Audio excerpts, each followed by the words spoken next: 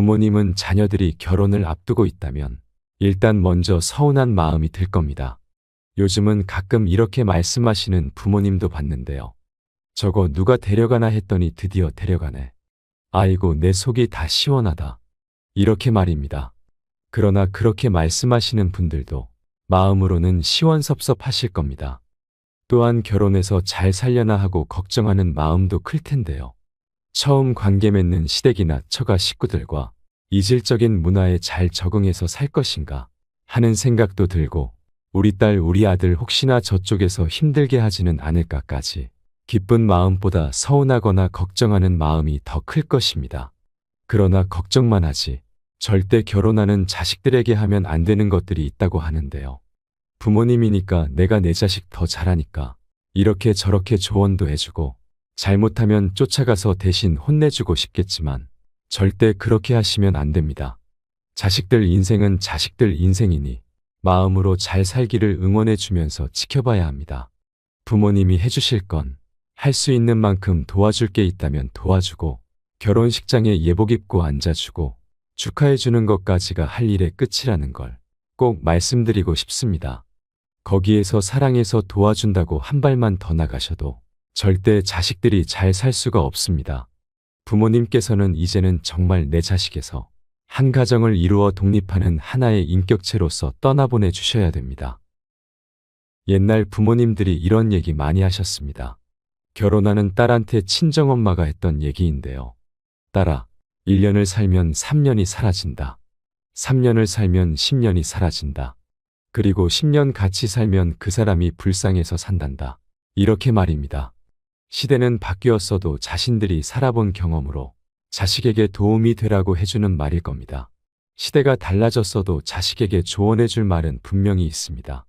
그렇다고 결혼하는 딸을 앉혀놓고 남편 밥 잘해주고 시부모님 공경하고 너는 앞으로 그 집 귀신이니까 친정집은 오지 마라. 이것은 100년 전 이야기입니다. 그럴 분들은 이제 없으시겠지만 그런 것은 가르치면 안 됩니다. 현실적인 조언을 해주셔야 합니다. 일단 자녀들이 왜 싸우는지를 보시면 되는데요. 가장 많이 부딪히고 싸우는 부분은 가사분담 문제입니다. 요즘은 절반 이상이 맞벌이를 하기 때문에 가사분담을 어떻게 나눌 것인지를 가지고 가장 많이 다툰다고 하는데요. 또한 출산을 하고 아이까지 키우다 보면 양육분담 문제로도 많이 다투게 된다고 합니다. 아침 먹고 아이 어린이집 보내고 출근 준비까지 하려면 아침마다 전쟁 아닌 전쟁을 치룬다고 하는데요. 요즘은 딸이라도 손에 물 한 방울 안 묻히고 곱게 키우다 보니 살림은 당연히 할 줄 모르는 경우도 많은데요. 옛날처럼 결혼하면 여자는 밥하고 청소하고 신부 수업해서 시집가고 남자는 밖에 나가서 돈만 잘 벌어오면 된다는 시절은 정말 까마득한 옛날 이야기가 되었습니다. 그래서 자식들이 결혼하면 가사분담도 반반씩 나눠서 하고 육아도 반반씩 하라고 현명하게 조언하면 되느냐고 하시면 절대 아닙니다. 그렇게 되면 그것 때문에 더 싸운다고 합니다. 반반씩 하기로 하고 배우자가 잘 안 지키면 더 많이 싸우게 된다는데요. 저도 결혼해서 살고 있지만 무자르듯 딱 반을 하라는 것이 현명한 것 같아도 사람 사는 일은 그렇게 만만한 일이 아닙니다. 그리고 하는 일에 따라 현실적으로 반반씩 나눠서 집안일을 하는 게 불가능한 사람들도 많습니다. 그런데 거기다가 딱 반씩 하라고 하면 더 싸울 수밖에 없습니다. 그러면 어쩔 수 없이 양보할 건 양보하고 타협을 해야 합니다. 그래서 이렇게 말해주시면 좋습니다. 가사분담은 반반하면 제일 좋긴 하지만 시간 되고 여유 있는 사람이 조금만 더 해라. 일 때문에 늦게 오는 사람도 참 힘들 거야.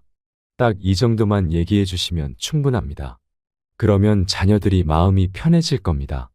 아이고 세상에, 김서방이 어디서 너같이 귀한 애를 데려다가 고생시킨다니. 너 같은 애를 데려간 김서방이 배가 불렀다 배가 불렀어. 뭐 때문에 매일 늦게 들어오고 집안일도 안 도와준다니.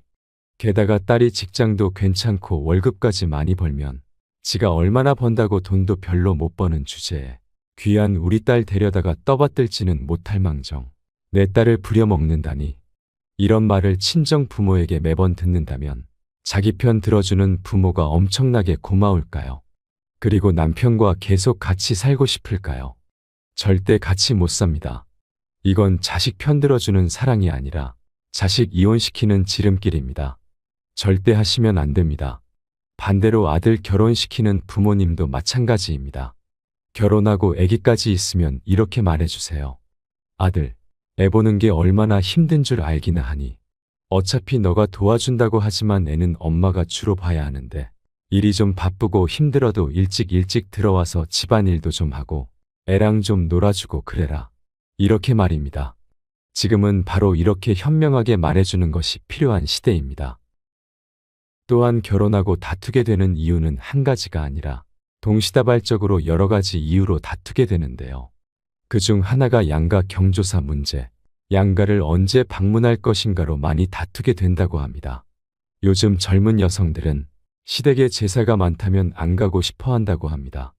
양가가 똑같이 조상을 모시는 문제에 대해 공감대가 있으면 괜찮지만 어느 한쪽은 종교적인 문제로든 어떤 이유로든 제사를 지내지 않는 경우에 이것은 더 큰 다툼의 원인이 된다고 합니다. 그래서 우리나라 단골 뉴스가 있죠. 명절 후에 이혼율이 급격하게 늘어난다는 뉴스입니다. 이것이 바로 이런 상황을 단적으로 보여주는 예가 될 텐데요. 며느리 입장에서도 일하느라 아이 키우느라 정말 바쁜데 제사까지 챙기는 것은 정말 부담이 된다는 겁니다. 그래서 요즘 우리나라도 명절 제사를 없애기도 하고 제사를 최대한 줄이는 방향으로 바뀌고는 있습니다. 이런 며느리를 보는 시댁에서는 감정의 골이 깊어지면 너희 집은 그렇게 하니 그렇게 하라고 부모님이 가르쳤니 대체 무얼 배워왔니까지 정말 가슴에 비수를 꽂는 경우까지 있다고 하는데요. 그러면 정말 두 사람의 문제가 아니라 양가 문화적인 차이로 이혼을 할 수밖에 없는 경우까지 생깁니다. 재판 이혼하는 경우에 아들 쪽 부모님이 오시면 주로 하시는 말씀이 며느리가 제사 때 한 번도 안 왔다고 정말 괘씸하다고 한다는데요. 오기 힘들다고 해서 제사를 5번 해서 2번으로 줄여졌는데도 안 왔다고 화를 엄청 내신다는 겁니다. 조상을 잘 모셔야 자손들이 잘 된다는 뼛속 깊은 유교 사상이 아직까지 많이 남아있는 우리 한국 사회에서 제사 때 한 번도 참석하지 않는 며느리를 곱게 봐줄 시댁 어른들은 없을 듯 한데요. 그러나 시대가 많이 바뀌었고 결혼을 한다면 무조건 참석해라. 왜 안 하니라고 화만 내기보다 자식들의 행복한 결혼 생활을 원한다면 며느리 될 사람에게 우리 집 제사는 이러이러하니 와서 음식을 많이 하라는 것은 아니니 꼭 참석해서 모이신 어른들께 인사 정도는 해다오. 이런 양해를 구하는 게 현명한 방법이라는 겁니다. 또한 다른 일정은 몰라도 명절은 양가 어디부터 가야 할지에 대한 문제로 많이 다툰다고 합니다. 이것도 룰을 정하시면 좋습니다. 어느 한쪽이 양보를 해준다면 고마운 일이지만 요즘은 예전처럼 당연하게 시댁부터 가는 문화도 많이 사라져가고 있으니 추석과 설날 번갈아 가면서 가든지 아니면 제사가 굳이 없다면 처가부터 가는 것도 양보하셔도 좋겠습니다. 그러나 어떻게 합의가 되든 이런 사소한 일에서부터 갈등이 빚어지지 않도록 하는 게 좋습니다. 올해 우리 집은 2번밖에 안 갔는데 왜 자기 집은 5번이나 갔어? 그러니까 올해는 우리 집에 3번 더 가야 돼. 안 그러면 나도 자기 집에 안 갈 거야. 이렇게 애들 장난 같은 말로 싸우는 부부들도 많다고 합니다. 생각보다 정말 심각합니다. 다 큰 성인이 맞나 싶을 정도로 사소한 걸로 싸운다고 합니다. 딸이 결혼해서 아이를 낳으면 손주 봐준다고 친정어머니께서 가까이에 살면서 돌봐주거나 아예 몇 년간 함께 살면서 아이도 봐주고 집안일도 도와주는 경우가 많은데요. 그럴 때 장모님은 사위가 내가 도와주니까 당연히 엄청나게 고마워할 거야 라고 생각하실 텐데요. 고맙습니다. 맞습니다. 그러나 싫어한다고 합니다. 조금 충격적이신가요? 며느리가 시어머니를 싫어한다고만 생각하셨나요? 사위가 장모님을 싫어하는 비율이 압도적으로 더 많다는 사실이 저도 좀 충격적인데요. 고마운 건 고마운 거고 자주 방문하시거나 집에 오래도록 함께 지내는 걸 정말 싫어한다고 합니다. 그러니까 아무리 애 봐준다고 생색을 내면 안 되고 딸이 친정엄마만 자주 만나고 시댁 부모님께 소홀히 하면 마음의 앙금으로 쌓인다고 합니다. 만약에 딸이 고생하는 게 걱정돼서 도와주신다면 내 딸 도와준 걸로 끝내셔야지. 사위한테 도와준 걸로 대접받으려고 하거나 고마워해야지 라고 생각하면 서로 불편하고 서운해질 수 있다는 걸 기억하셔야 합니다. 사위들이 애봐주러 장모님이 와 계시면 집에 들어가기가 싫다고 한답니다. 내 딸 위해서 도와주는 거지 사위 위해서 도와주러 온 게 아니라는 걸 아셔야 하고, 사위는 불편하고 싫을 수도 있겠다는 걸 섭섭해하지 마시고 어른이니까 너그러이 이해해 주시고 배려도 해 주셔야 합니다. 시어머니가 애를 봐주고 계신 상황이라도 마찬가지입니다. 시어머니도 내 자식 위해서 손주 봐주시러 오셨지. 며느리가 너무 예뻐서 며느리 위해서 봐주시는 게 아니라는 것을 생각하면 이해가 될 겁니다. 자녀들이 결혼해서 독립된 가정을 온전하게 이루어 가려면 가장인 사위의 지위도 인정해 주셔야 합니다. 요즘이 어떤 시대인데 사위가 우리 딸한테 잘해야지 이렇게 생각하시면 절대 부부가 행복하게 살 수 없습니다. 어떻게 살든 부부의 일입니다. 부부가 문제가 있더라도 부부 문제이고 부부가 해결할 것입니다. 당장 쫓아가서 단판을 짓고 해결해 주고 싶은 마음이 굴뚝 같더라도 참으셔야 합니다. 부부 사이 일은 부부만 안다고 하잖아요. 우리도 그렇게 살아왔습니다. 사위든 며느리든 완벽하게 행복하게 해줄 수 있는 사람도 배우자뿐입니다. 이제 다 커서 결혼한 자식, 부모가 행복하게 해줄 수 없다는 걸 인정하면 마음이 편합니다. 부모님은 잘 커서 독립한 자녀에게 무엇이든 바라거나 기대하면 서로 불행해진다는 걸 인정하셔야 합니다. 다음은 죽을 때까지 이혼하니만이 가장 많이 싸우는 문제가 바로 돈 문제입니다. 이것은 자녀들의 문제일 뿐만 아니라 우리 모두의 문제인데요. 돈은 너무 많아도 문제고 너무 없어도 문제입니다. 많은 게 뭐가 문제냐? 돈다발이나 맞아봤으면 소원이 없겠다고 하시는 분들 많으실 겁니다. 그러나 돈이 많은 것은 분명 좋은 일이지만 관계에 있어서는 또 다른 싸움의 씨앗이 될 수 있는 것에는 분명합니다. 월급 봉투를 받아서 아내에게 갖다 주고 용돈을 타서 쓰는 경우에는 그것으로 어떻게든 알뜰살뜰 살았는데요. 요즘 부부들은 놀랍게도 어느 한쪽이 갖다 주고 어느 한쪽이 관리하는 경우도 있겠지만 그렇지 않은 젊은 부부도 많다고 합니다. 일단은 부부 공동의 생활비 통장을 만들고 부부의 월급을 거기다 넣고 그런 후에 각종 생활비, 공과금, 보험료, 대출 이자 등을 내고 이렇게 공동으로 관리하는 경우도 있고 부부가 한 달 생활비를 계획하고 월급 비율대로 통장에 넣고 나머지는 각자 알아서 사용하고 서로 관여하지 않고 쓰는 경우도 있습니다. 그렇다고 마음대로 쓰는 것은 아니고 각자 투자하거나 그런 것에 있어 관여하지 않기로 결정을 딱 하고 시작한다고 합니다.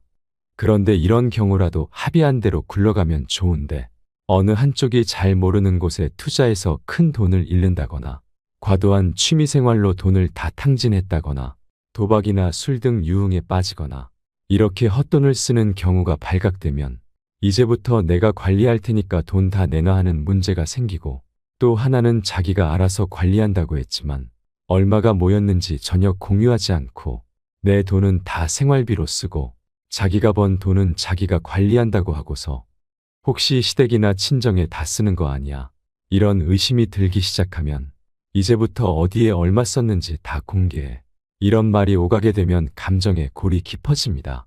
그래서 누가 관리하든 최소한 1년에 한 번쯤은 어떻게 사용하고 있는지, 어디에 얼마나 투자되고 저축되고 있는지 공개할 필요가 있다는 겁니다. 이럴 때 부모가 미리 걱정된다고 돈은 이렇게 관리해라, 이렇게 투자하는 게 좋다더라, 이런 말은 절대 하시면 안 됩니다. 먼저 살아온 경험에 비추어서 얘들아, 요즘 생활비는 이렇게 저렇게 분담한다더라. 그런 부분은 미리 정해두는 게 좋지 않겠니? 그래야 나중에 싸우지 않는다더라. 이 정도만 얘기해 주시고 절대 이 부분도 간섭하면 안 됩니다. 마지막으로 요즘 부모님들한테 의존적인 마마보이 마마걸들이 많다고 하는데요. 부모들이 다 알아서 해결해 주다 보니 본인들의 문제임에도 불구하고 의사결정을 못하는 경우가 있다는 건데요. 부부간에 사소한 문제만 생겨도 그렇게 부모님한테 물어본다고 합니다.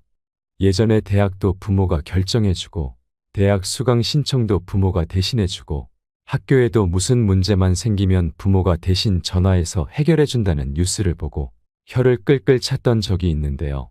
그 정도로 요즘 심각한 수준이라고 합니다. 결혼도 이혼도 부모에게 물어보고 하는 자식들이 있다니 정말 큰 문제입니다. 이혼하러 재판장에 와서까지 문자로 부모님한테 어떻게 해야 하는지 일일이 물어보는 경우도 있다고 합니다. 또 부부싸움을 하게 되면 쪼르르 전화해서 상대 배우자가 이랬느니 저랬느니 다 일러바치고 심지어는 와서 대신 야단쳐 달라고 부르는 경우도 있다고 합니다. 그럴 때 부모라면 어떻게 해야 할까요?